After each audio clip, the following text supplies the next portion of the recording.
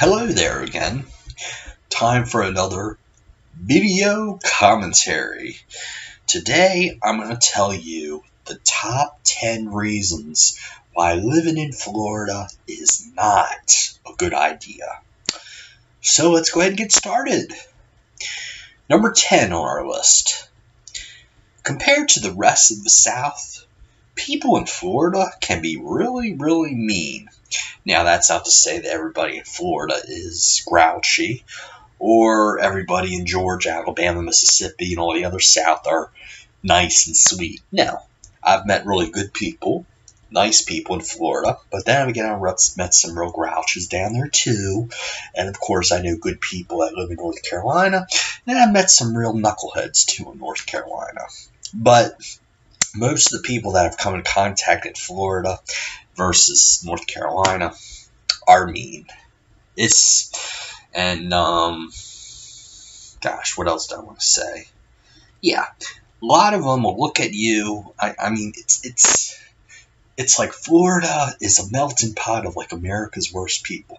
I mean, you know, there's that whole Florida man thing, and people just do the most bizarre things you hear about every day on the news. And when you say hi to people, I mean, so many people in Florida will stare at you like, "Hi, how are you doing today?" And it's just, you know, and it's a lot of, believe it or not, a lot of the elderly people are really mean. I've met some really nice elderly people, but man, Florida's got a lot of old people, and a lot of them are just mean, and it's, yeah. Okay, number 9. It has a reputation as a retiree state. So therefore, a lot of companies that are looking to relocate, a lot of businesses that are looking to relocate from, say, the high tax havens of New Jersey or Connecticut that are looking to move south, even though Florida has a very favorable tax climate, they're not looking at Florida. They're probably going to move to the Carolinas or Georgia, because Florida, it just has so many retirees who don't want to work, and just not enough people, you know, not enough people my age in their early 30s or people fresh out of college looking for jobs. It's just not a place where, and plus it just has this reputation that, okay, it caters to retirees, you know, the wealthy, a lot of wealthy people in Florida. And because of that, you know, a lot of the employers that are down there pay really low wages. So it's just, you know, even though Governor Rick Scott has really, you know, he's going to Connecticut, Pennsylvania, California, trying to recruit companies to come to Florida, a lot of them, besides Hertz Rental Car, you know, besides them, they just don't want to come to Florida because, well, it's pretty much retirees, and then it's, you know, restless millennials who, for some reason, are stuck in the state. Number 8. The summers really stink in Florida. Yeah, every day from May through about mid-October, it'll rain every single day. And in the mornings when it's usually dry, it'll be hot and humid. So hot and humid that when you go outside for maybe 2 or 3 minutes to go get the mail, or maybe 5 minutes you want to, you know, maybe clean your car out or something, you know, within 60 seconds of being outside, you'll start sweating. And not just a little sweat, you'll sweat so much you think you think you went to a water park. But no, it's just the humidity. Number 7. If you want to take a trip out of the state of Florida, getting out of state can be a real hassle. Now, what do I mean by that? Well, you know, if you live in Jacksonville or Tallahassee or Pensacola, you know, you can be in about 2 or 3 states within an hour. I'm not talking about that. I'm talking about the rest of Florida. You know, the majority of Florida, it's going to take you 3, 4, heck, maybe even 5 hours just to get to Georgia. And then by then, you're probably tired and want to spend the night. So yeah, taking a road trip out of Florida, whew, I mean, you just need a whole day of driving just to get out of the state. It's ridiculous. Number 6, reptiles in random places. Just taking a little 2 to 3 minute walk outside to get the mail. Don't be surprised if you find a lizard in your mailbox, or you find a snake in the grass, or if you're taking out the trash, you'll find frogs in the trash can. Oh my gosh, it's ridiculous. That's why I say try to move to a state where it gets cold enough at least 5 nights out of the year where it'll kill off the bugs, can kill off the insects for a little while. Like, say, the Tar Heel state. Number 5, lack of free or inexpensive things to do. Because Florida caters to tourists, it tends to cater to the wealthy, the retirees, who apparently have lots of money, not the lower middle class retirees, but the wealthier ones from New England.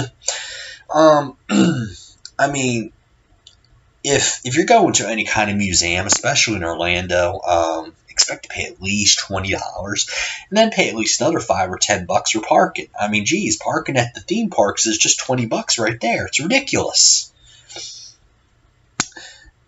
Number 2, horrible drivers. Yeah, I've lived in 3 states. I've lived in Maryland for 20 years, North Carolina for about 5 years, and the rest of that time been in Florida for about 7 of those years. And yeah, I gotta tell you, Florida is the absolute worst when it comes to drivers. I'm the kind of person, I'm kind of a road geek. In other words, I just like to go out and drive just for the pleasure of it, see different roads and bridges. But living in Florida made me really, really hate to go out and drive because people are just so bad down there. You'd be amazed at, people all over the Southeast, not just Florida, they never use their turn signals. And I mean, Florida is just that times a billion. I've had people, when I'm making there'll be 2 left turn lanes, and of course the far left lane goes in the far left lane. But no, people want to go from the far left to the far right lane when they make a turn, and they'll cut you off, and you'll beep the horn, and they'll usually give you the middle finger like you're wrong. But no, they're in violation. And I was rear-ended, had 3 accidents in the 2.5 years I lived in Florida. No, 3.5 years. 3 accidents in 3.5 years. 2 were very minor fender benders, thankfully, but the other guy, he just was driving a pickup truck, typical dumb Floridian, a pickup truck, right? And and he was, I saw him, right, and he was not paying attention. He was changing. We were on this, there were 4 lanes. This was on the 408 expressway in Orlando. He went from the far right into my lane, which is in the far left, as the road narrowed from 4 to 2, and he clipped my car. Now, the damage wasn't that bad, thankfully, and believe it or not, I let him go, because I was coming in from work, and that's another thing, if you're a delivery driver in Florida, don't do it. Do not do it. People on the road are the Antichrist. I'm sorry. It's just... Oh, and because there's so many lousy drivers in Florida, your auto insurance premiums are going to be some of the highest in the country. Okay, now people tell you, "Oh, Florida's no state income tax." Yeah, well, they get you everywhere else, honey. Okay, yeah. I mean, when I moved from Florida to North Carolina, my insurance went from 75 down to 40. Okay, it was cut in half because North Carolina is one of the top 5 best states for low car insurance, while Florida is one of the worst for car insurance. Just so you know. And that kind of leads me into number, where are we now? 6, 5, 4.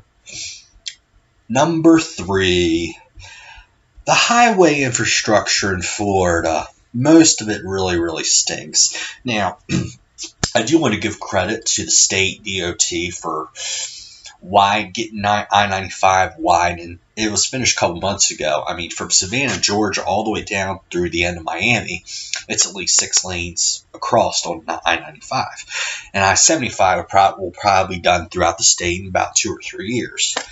But the rest of the state infrastructure really, really stinks. Okay, look at the Florida Turnpike and the Beach Line Expressway. A couple of the toll roads in Florida are 4 lanes across when they should be at least 6. And gosh, I was on the Beach Line probably a couple months ago, and it was real bumpy. I mean, for a toll road, there's no excuse. And it's a horrible thing when the leader of the Central Florida Expressway makes over $200,000 a year, and the roads are still crappy. Oh, and then let's talk about the Wekiva Parkway that they're building in Northwest Orlando. It's only going to be 4 lanes, but there's so much land that's being developed in around Central Florida. It's going to be congested the day it opens. It's ridiculous. So that's, I mean, highway infrastructure, overdevelopment. When you're on a 4-lane highway out in the middle of nowhere, you can go 65, which in a lot of states you can only go 55. So that's one good thing. But then when you get to a town, you have to slow down to 35 miles an hour. There are no bypasses like there are in North Carolina, Georgia, or Virginia, or Texas, or some of these other states that do so much better job with their infrastructure than Florida does. Oh, yeah. And the toll roads. Any of the big cities, even Jacksonville's getting ready to add toll roads. I mean, it's ridiculous. Toll roads are a horrible thing. There are cowards way out when it comes to highway infrastructure. Oh, just toll road everything will be fine. But toll roads are a regressive tax on the working poor. It's ridiculous. And it needs to stop.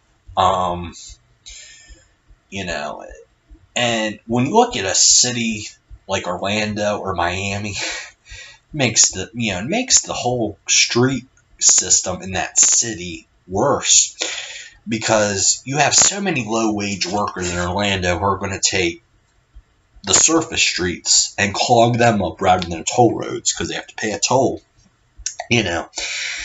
Fortunately, here in North Carolina, we have very few toll roads. There are none where I live in the Greensboro Triad area. There are none, and hopefully there'll never be. And in Raleigh, they have 1 toll road, but when they build it out before they start tolling, and then it'll be paid for itself probably within 10 or 15 years, and they'll have no more tolls. Same thing. Well, the Charlotte area is a little different. North Carolina hates Charlotte, so if you move to Charlotte, you're going to have tolls at the wazoo like Orlando. But the rest of North Carolina is great if you don't like tolls. Let's see here. Excuse me. Number 2, lousy grocery stores. Let's talk about King Publix and Queen Walmart, shall we? Or you could vice versa.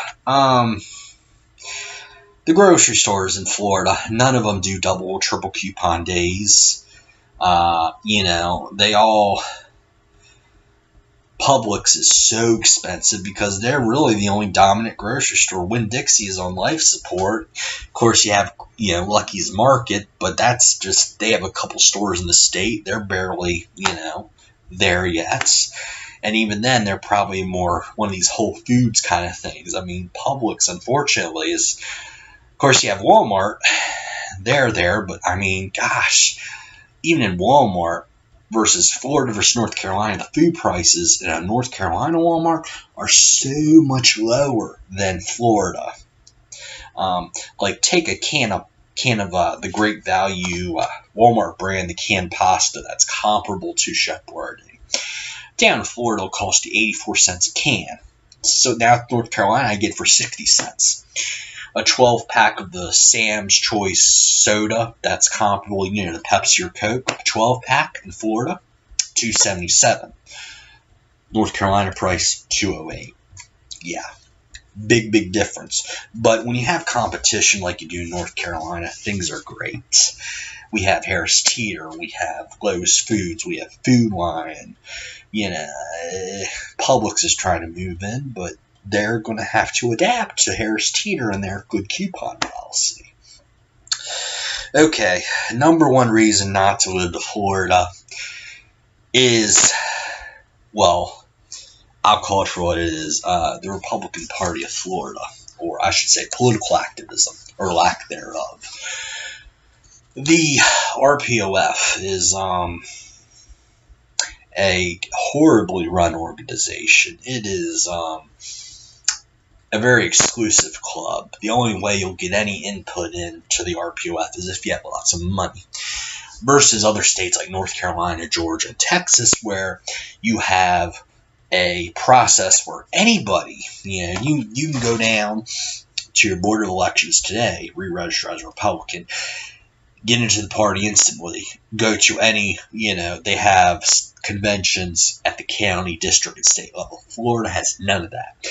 They have 4 meetings a year that are put on by the state party, and you have to pay to get in, which is kind of a poll tax. If you're a younger Republican, you'll get You'll get in for $25, but everybody else is going to pay with $100. It's kind of a waste of time because all the really good, juicy details about the party are contained in a closed session meeting, where if you're a state committee man, state committee woman, one of those people, you have to run countywide, and then you can sit in on the meeting, but still even they have no input. It's ridiculous. We come to a state like North Carolina or Texas, we have a very big executive committee, and you can be heard all the time. Okay, so just so you know, and same goes for the Democratic Party of Florida too. Both organizations and both parties of Florida really stink. Oh yeah, another thing I'll say is that there's a lot more political events in North Carolina than there is in Florida. Florida, most of the time, if you want to go to a debate among 2 Republicans or 2 Democrats, a lot of them are unfortunately fundraisers for those organizations, and you have to pay $100, $150 per ticket. They never put the debates online, so, you have to pay $100, $150 just to see these debates. It's ridiculous.